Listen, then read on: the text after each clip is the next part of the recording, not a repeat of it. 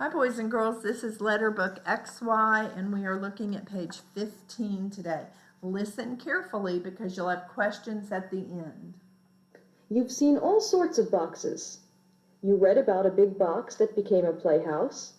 You followed the dots to make a jack-in-the-box. You've seen pictures of a sandbox and a hat box, a plant box and a scrap box. Now you are going to hear a story about a mailbox and the adventures of a family of mice who lived inside it. The Mailbox Mice. One morning, Father Mouse woke up early. "We must get up," he said to Mother Mouse. "It is moving day. The roof of this house in the meadow leaks when it rains. Last night I got drops on my nose." "So did I," Mother Mouse said. "and there is a puddle on the bureau. But oh dear, where shall we move to?" "I have a surprise for you," Father Mouse told her. "I have found a new home. We will load our things into that old shoe we found in the mud and go." They went to their children's room. "Wake up, Timmy." "Wake up, Tessie. It is moving day. We are going to have a fine new dry home." The Mouse family had a quick breakfast. Then they loaded their things into the shoe and said goodbye to their old house. They went along a tiny road under the meadow daisies and clover. At last they came to an old farmhouse. "And here," said Father Mouse, "is the surprise. A tall, small house on a short, strong pole. The house is old and dented, but it is made of tin. It will not leak when it rains. The wobbly door will not shut tight, but that means we can get in and out easily." "Oh, how lucky," said Mother Mouse, clapping her tiny paws. "I don't care if it is old and dented." "But how shall we get our things up into our new home?" asked Timmy. "That will be easy," Father Mouse said. "We will tie the shoestrings together and lift the things up. I will climb to the top of the wobbly door and do the pulling." So they began working. They got their beds up, and their tables and chairs, and their pots and pans, and their cupboard full of food. Soon they were in their tall, small house with all their things. "We will put them way at the back. Mother Mouse said. Then the rain will not wet them when it comes in over the top of the door." After a while, they were cozily fixed. They had their supper of grains of corn. That night, the moon shone over the top of the door on their mouse faces. The wind rattled the door, but they did not wake up. But the next morning, Mother Mouse sat up in bed. "Listen, She said, I hear a noise, a car." and it was a car stopping before the tall, small house. A hand jerked down the wobbly door, opening it wide. In came a lot of paper things, envelopes with writing on them, a newspaper rolled up tight. They were just thrown in, "Mercy me, said Mother Mouse. who did that? Where are you all anyway?" "I'm here under this big square thing," Father Mouse said. He crawled out from under an envelope. "We're here underneath this rolled up newspaper," squealed Tessie and Timmy. "But what shall we do with all this stuff?" cried Mother Mouse. "We could chew it up to help keep us warm in winter," Father Mouse said. But just then, another hand reached in and took the paper things. "It's good they are gone," said Timmy. "There was hardly room for us with all that stuff," "I do hope it won't happen again," said Tessie. But the next morning, it did happen again. More envelopes and a newspaper were thrown in, and a little box tied with red string. This time the Mouse family happened to be out. They had to climb over all the stuff and scuttled to the back of their tall, small house when they came home. Then a hand reached in and took the things away. At first, everything seemed all right again. Then Timmy squealed, "Where's Tessie?" "Oh, mercy me, wailed Mother Mouse. she must have got carried away with the paper stuff. She is in that farmhouse." "Then we must go over there at once," Father Mouse said. "She is in danger." They scuttled across the road and climbed up on a windowsill.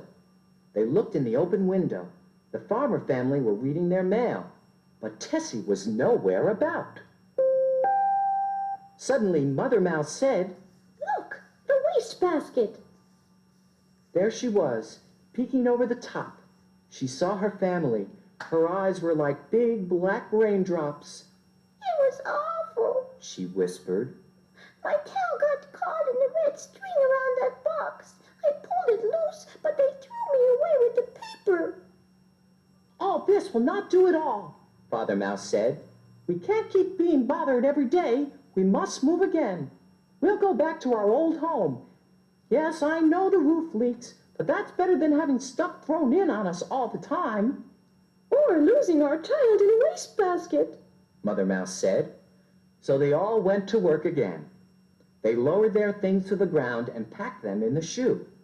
Their beds, their tables and chairs, their pots and pans and clothes. The tin door wobbled and shook. Now for the food cupboard, Father Mouse told them. That's the last thing and the heaviest. But oh, what happened?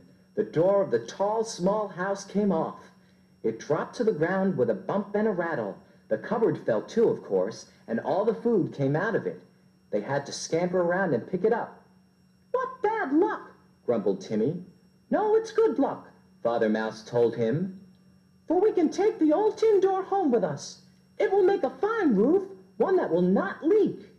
So they started back to their old home, pulling the shoe. When they got to their house, it looked so safe and cozy. They were very tired. They had had 2 moving days.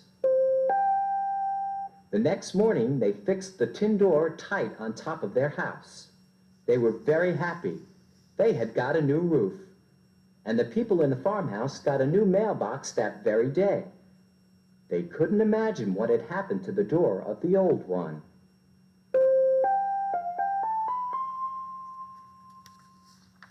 Now turn the page and get your pencils. Be ready to answer some questions about the story.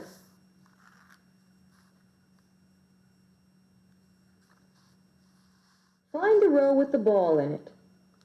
What did the mice use as a moving van? Circle the picture that shows what the mice used as a moving van.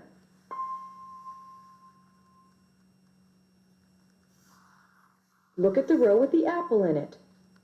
Where did the mice make their new home? Circle the picture that shows where the mice made their new home.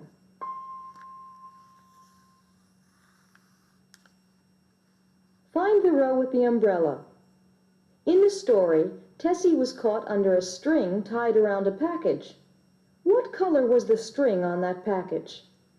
Circle the word that tells what color the string was.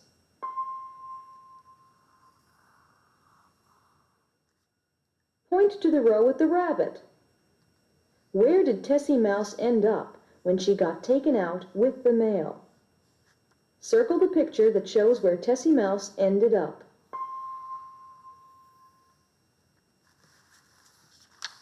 Look at the row with the ladybug. When the mice family moved back to their old home, they put a new roof on it. What was their new roof made of? Circle the word that tells what the new roof was made of. This word says grass, tin, or brick. What was the new roof made of? Remember, it was the door to the mailbox, so it was tin. Very good.